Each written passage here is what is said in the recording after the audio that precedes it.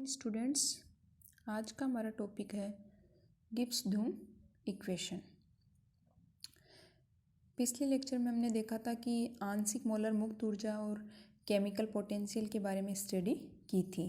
तो जब उसमें अपन ने देखा था कि जब अपन ओपन सिस्टम के लिए लेते हैं तो ओपन सिस्टम के लिए जो इक्वेशन आती है अपनी कि खुला निकाय होगा तो उसमें क्या होगा, मास और उसके कंपोनेंट्स में चेंज होगा, एनर्जी में चेंज होता रहता है। तो उस सिस्टम के लिए जब अपन लेते हैं तो जो इक्वेशन आती है वो होती है डी जी बराबर minus S D T plus V D P plus mu one D N one, mu two D N two और mu I D N I, यानी कि आई तक इसके जो अवयव है उनके लिए है। तो ये इक्वेशन आती है, इसको अपन ने दे दिया इक्वेशन 1। यदि अपन इसका टेम्परेचर और प्रेशर को कांस्टेंट कर लेते हैं, यानी कि ताप और दाब स्थिर रहेगा, तो उसकी वैल्यू क्या आ जाएगी, 0। तो डी जी टी पी यानी कांस्टेंट टेम्परेचर प्रेशर पर उसकी गिब्स एनर्जी में जो परिवर्तन आता है वो हो जाएगा mu one D N one plus mu two D N two plus mu I D N i. इसको अपन दे देंगे समीकरण 2। यदि सिस्टम में के निश्चित संगठन को मोलों की संख्या n1 n2 ni से प्रदर्शित किया जाता है तो इक्वेशन 2 का समाकलन करने पर, यानी कि अपन क्या कहते हैं कि कोई निकाय है, उस निकाय के निश्चित जो संगठन है उस संगठन को मोलों की संख्या से प्रदर्शित करते हैं अपन n1 n2 ni से प्रदर्शित करते हैं।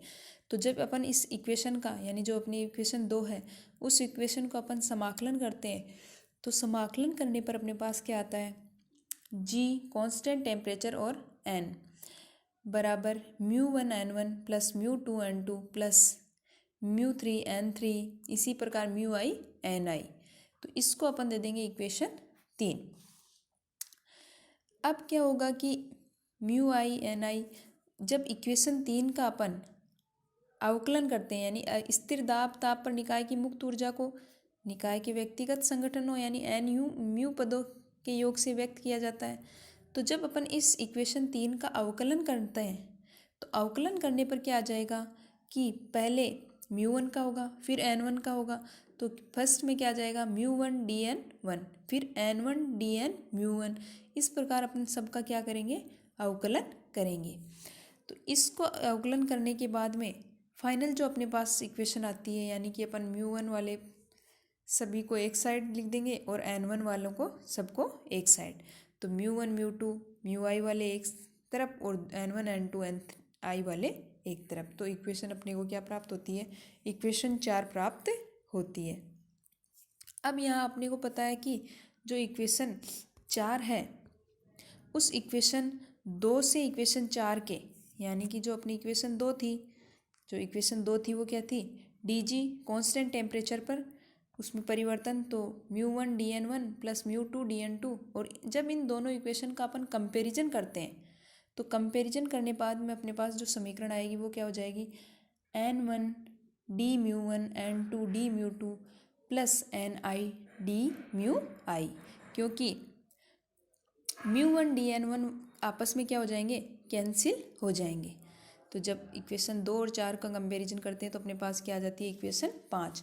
और इसको अपन कंबाइन करके लिख सकते हैं कि समेसन आई बराबर i n i d mu i बराबर 0, जिसको अपन दे देंगे समीकरण 6।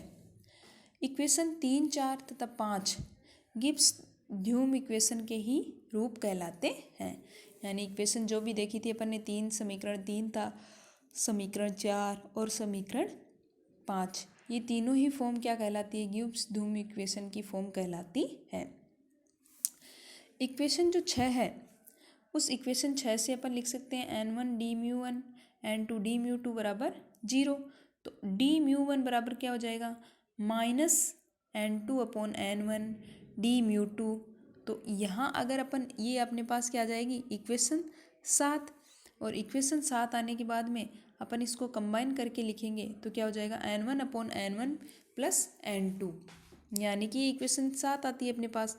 अब यहाँ अपने को पता है कि एन वन और एन टू क्या है, दो कंपोनेंट्स के जो मोलों की संख्या है, और म्यू वन म्यू टू क्या हो जाएगी, उनके केमिकल पोटेंशियल। तो इससे ये स्पष्ट होता है कि जो कंपोनेंट्स के जो केमिकल पोटेंशियल में बदलाव दूसरे घटक के मान को क्या करते हैं, प्रभावित करते हैं। अतः यदि अगर डी म्यू वन धनात्मक है तो उसमें क्या हो जाएगा, यदि म्यू वन बढ़ता है तो डी म्यू टू क्या हो जाएगा, ऋणात्मक, और म्यू टू घटेगा तो ठीक इसके विपरीत म्यू वन क्या हो जाएगा, बढ़ेगा। तो अपने पास क्या आ जाएगा कि इसमें एक में दूसरे का भाग देंगे अपन, तो क्या आ जाएगा n1/n1 + n2 D mu one plus n2/n1 + n2 D mu to. यहाँ अपने को पता है कि किसी एक घटक के मोलों की संख्या अपॉन कुल मोलों की संख्या क्या होती है, मोल भिन्न के बराबर होती है। तो n1/n1 + n2, तो ये क्या हो जाएगा कि अपन ये देखते हैं कि जो घटक के मोलों की संख्या यानी n1/n1 + n2, यानी कि n1 के मोलों की संख्या अपॉन कुल मोलों की संख्या यानी n1 + n2, इसी प्रकार n2 के मोलों की संख्या अपॉन n1 + n2 यानी उसके कुल मोलों की संख्या, ये कहलाता है मोल भिन्न। यानी किसी मिश्रण में किसी एक अवयव के मोलों की संख्या अपॉन उसके कुल मोलों की संख्या क्या कहलाती है, मोल भिन्न कहलाती है। और मोल भिन्न को अपन x से रिप्रेजेंट करते हैं, तो यहाँ n1 है तो उसके लिए मोल भिन्न क्या हो जाएगी, x1 डी म्यू वन, और n2 के लिए क्या हो जाएगी, x2 डी म्यू टू बराबर 0। अब यहाँ से अपन इनके मान क्या रख देंगे कि कांस्टेंट टेम्परेचर और प्रेशर पर है, तो इस समीकरण को इस प्रकार से भी अपन लिख सकते हैं, यानी x1 D mu one upon D x1 constant temperature pressure D x1, इसी प्रकार x2 D mu to delta x2 constant temperature pressure D x2 बराबर 0। अब अपने को पता है कि कुल मोल भिन्न जो होती है वह क्या होती है, 1 के बराबर होती है, या फिर अपन यूँ कह सकते हैं कि मोल भिन्नों का योग जो होता है वह हमेशा 1 के बराबर होता है। तो x1 + x2 क्या आ जाएगा, 1 के बराबर होगा, यानी x1 x2 क्या हो जाएंगे, दोनों का मान क्या हो जाएगा, योग क्या हो जाएगा, 1 के बराबर। जब इनका अवकलन करेंगे अपन तो dx1 + dx2 बराबर 0, या फिर अपन कर सकते हैं dx1 बराबर -dx2 या -dx1 बराबर dx2, तो ये इनका अवकलन करने पर मान प्राप्त होता है। तो यहाँ अपन क्या रख सकते हैं, x1 dx1 - x2 dx1, क्योंकि अपन करते हैं कि जो dx1 है वह किसके बराबर हो जाता है, -dx2, तो -dx2 की जगह अपन क्या रख सकते हैं, dx1 रख सकते हैं, तो यहाँ पर क्या आ जाएगा, dx1। तो dx1 से dx1 यानी कि कॉमन आ जाएगा अपने, तो जब फाइनल मान आ जाएगा वो आ जाएगा अपने पास फाइनल इक्वेशन ये। और ये जो फाइनल इक्वेशन आती है ये क्या कहलाती है कि गिब्स दूम समीकरण का ही वैकल्पिक रूप है।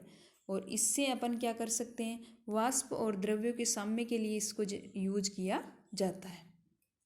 तो गिब्स दूम जो इक्वेशन है उसको वाष्प द्रव्य के इक्विलिब्रियम या साम्य के लिए इसको काम में